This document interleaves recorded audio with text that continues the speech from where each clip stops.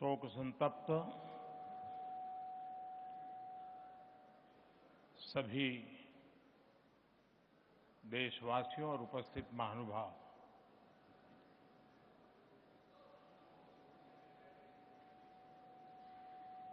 अटल जी हमारे बीच नहीं हैं।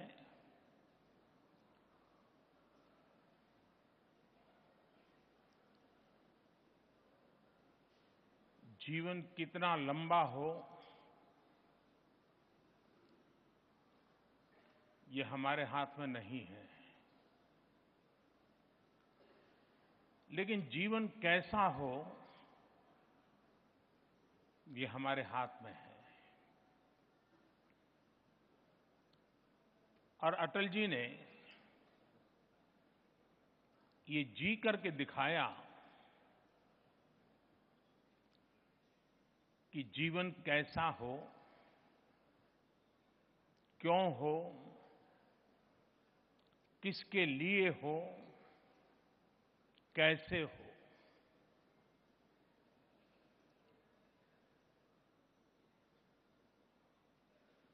और जीवन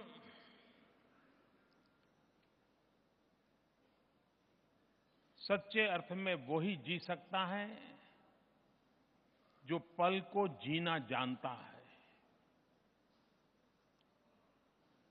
और पल पल को जिसने जी करके जिंदगी को संवारा, सजाया और जन सामान्य के लिए खपा दिया।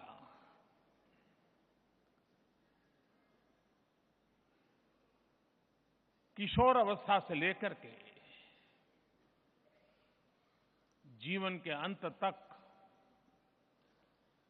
शरीर ने जब तक साथ दिया,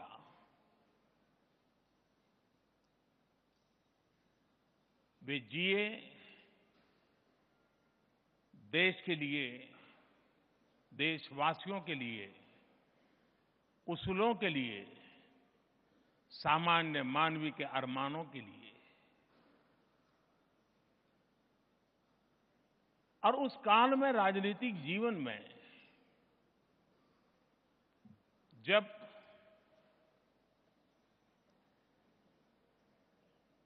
राजनीति की मुख्य धारा के निकटवर्ती कोई अन्य विचार या व्यवस्था दूर दूर तक नजर नहीं आती थी। इतना ही नहीं, देश का एक लंबा कालखंड सार्वजनिक जीवन में, खास करके राजनीतिक जीवन में छुआछूत का कालखंड रहा। अपमानित होने के पल पल प्रयास होते थे, झेलना पड़ता था। उपेक्षा, उपहास, अपमान, इन सारी मुसीबतों से बीच से एक विचार के प्रति प्रतिबद्धता के कारण, राष्ट्र के प्रति पूर्ण समर्पण होने के कारण शून्य में से सृष्टि का निर्माण कैसा होता है, उसे करने वालों में एक महापुरुष अटल बिहारी वाजपेयी अग्रिम पंक्ति में उनका नाम है। इतना लंबा कालखंड विपक्ष में रहना और विचार की धार को कहीं खोट नहीं आने देना, लोकतंत्र के मूलभूत चिंतन को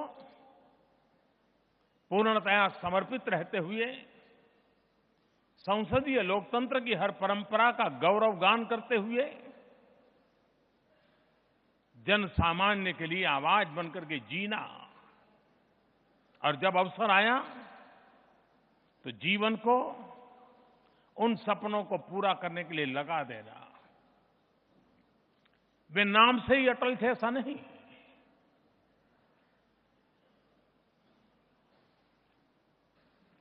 उनके व्यवहार में भी रग रग में वो अटल भाव नजर आता है। 1998 11 मई पोखरण द्वितीय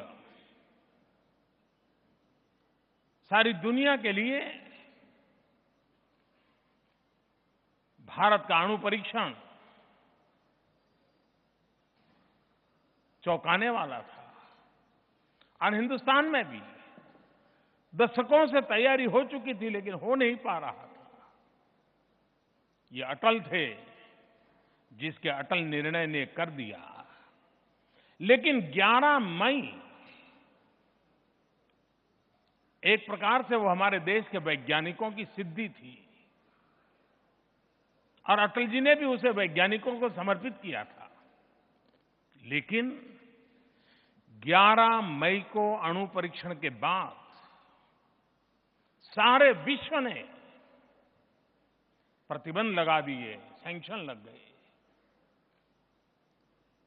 बहुत बड़ी दुनिया हिंदुस्तान के खिलाफ हो गई। उस समय के हिंदुस्तान के हालात में किसी का भी रुक जाना, ठहर जाना, झुक जाना स्वाभाविक था। लेकिन ये अटल थे। 11 मई को पराक्रम अगर वैज्ञानिकों का था, तो 13 मई को दोबारा उन्होंने अणु परीक्षण कर करके विश्व को चुनौती दी थी कि भारत अटल है, भारत झुकने वाला नहीं है। और यही सामर्थ्य होता है जो विश्व के अंदर भारत की अपनी एक पहचान प्रस्थापित करता है। आज उत्तराखंड हो, छत्तीसगढ़ हो, झारखंड हो, उन तीनों राज्यों ने राज्य पुनर्रचना कैसे होती है, राज्यों के बीच में विभाजन कैसे होता है, किसी भी प्रकार की कटुता के बिना, व्यवस्थाओं के अंदर अफरा तफरी के बिना एक उत्तम तरीके से राजनीतिक मर्यादाओं के बीच सबको साथ लेकर के निर्णय करने की प्रक्रिया। और आज देश नतीजे देख रहा है कि तीनों राज्य अपने बलबूते पर राष्ट्र की विकास यात्रा को आगे बढ़ाने में बहुत बड़ी भूमिका अदा कर रहे हैं। वाजपेयी जी के दीर्घदृष्टा नेतृत्व और कर्तृत्व का ये परिणाम था कि हमें हमारे सामने इन तीन राज्यों को हम पनपते देख रहे हैं, बिना कोई संघर्ष के, बिना कोई कटुता के ये चीजें चल रही है। छुआछूत के शिकार अटल जी की सरकार बनी, 13 दिन चली, कोई साथ आने को तैयार नहीं था। कोई भी राजनीति से डिग जाता, हिल जाता,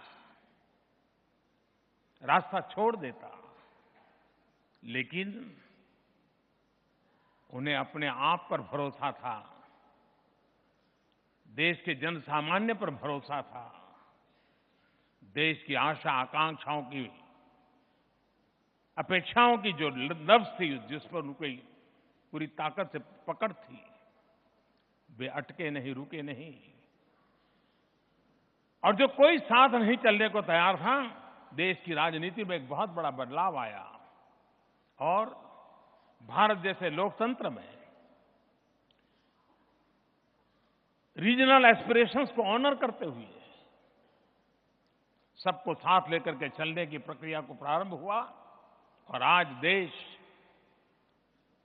उन दो दिशा में लोकतंत्र को मजबूत बना रहा है, जहां कुछ दल एक जगह पर इकट्ठे हुए हैं, कुछ दल दूसरी जगह पर इकट्ठे हुए हैं। लेकिन इसको सफलतापूर्वक पार करने का काम वाजपेयी जी के दीर्घदृष्टि के कारण हुआ था। अंतर्राष्ट्रीय मंच पर हिंदुस्तान कश्मीर को लेकर के जवाब देता रहता था। हर बार कश्मीर को लेकर के भारत को घेर लिया जाता था। ये वाजपेयी जी की दीर्घदृष्टि थी। विदेश मंत्री के रूप में काफी अनुभव था। विदेश के विषयों पर पार्लियामेंट में उनकी अपनी विद्वत्तापूर्ण बातें देश ने सुनी थी। जब उनको दायित्व मिला, उन्होंने बड़ी कुशलतापूर्वक विश्व के पूरे नैरेटिव को बदल दिया। कश्मीर चर्चा से हट गया, आतंकवाद चर्चा के केंद्र में आ गया और विश्व को कौन आतंकवाद के साथ है, कौन आतंकवाद के सामने है, इस प्रकार से दुनिया को दो हिस्सों में सफलतापूर्वक बांट करके सारी विश्व को आतंकवाद के मुद्दे पर भारत के साथ लाने के लिए वो सफलतापूर्वक आगे बढ़े। अनगिनत गुड गवर्नेंस की बात हो, नेतृत्व की बात हो, दल को आगे बढ़ाने की बात हो, अनगिनत काम वाजपेयी जी ने किए। आज वाजपेयी जी हमारे बीच में नहीं है। मेरे जैसे करोड़ों कार्यकर्ता हैं जिनको उनके साथ रह करके चलने का मौका मिला है, कार्य करने का मौका मिला है। उनके लिए खालीपन बहुत बड़ा है, लेकिन उनका पुण्य स्मरण करते हुए पल पल जिस प्रकार से वो जिए हैं, उसे जी करके हम उन्हें आने वाले अपने कार्यकाल के दरमियान हमें ईश्वर ने जितनी भी जिंदगी दी है, उस जिंदगी को उन सपनों को पूरा करने के लिए, आहूत करने के लिए प्रेरणा मिलती रहे और हम उसको करें, यही सबसे बड़ी श्रद्धांजलि होगी। कोई कल्पना कर सकता है आज हिंदुस्तान में और जिस प्रकार की दुनिया है, 10 साल तक जो महापुरुष राजनीतिक मंच पर कहीं नजर नहीं आए, राजनीतिक मंच की चर्चा में कहीं न हो, पूरी तरह अलिप्त 10 साल सार्वजनिक जीवन में बहुत बड़े होते हैं। 10 साल तक एक गुमनाम अवस्था की जिंदगी के बाद उस व्यक्ति की विदाई को जिस प्रकार से देश ने श्रद्धा दी, जो सम्मान दिया, शायद ही कोई ऐसी घटना की कल्पना भी कर सकता है कि 10 साल के इतने बड़े अंतराल के बाद भी लोगों के दिलों पे इसी प्रकार से छाए रहना, ये अपने आप में उनकी जिंदगी का जीता जागता सबूत है। मैं श्रद्धेय अटल जी को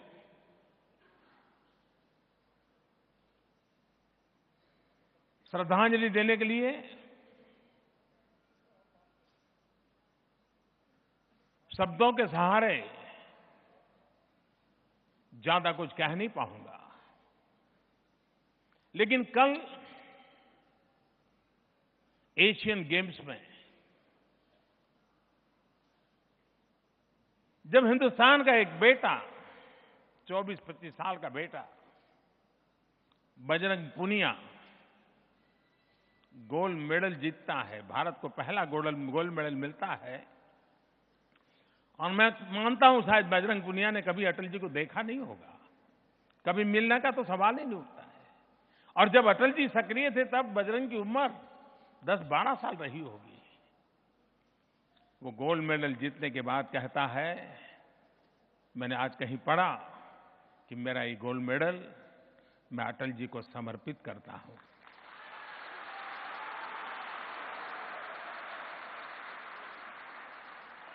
मैं समझता हूं इससे बड़ी जिंदगी की ऊंचाई और सफलता कोई हो नहीं सकती है, जो आने वाली पीढ़ियों को भी प्रेरणा दे रही है।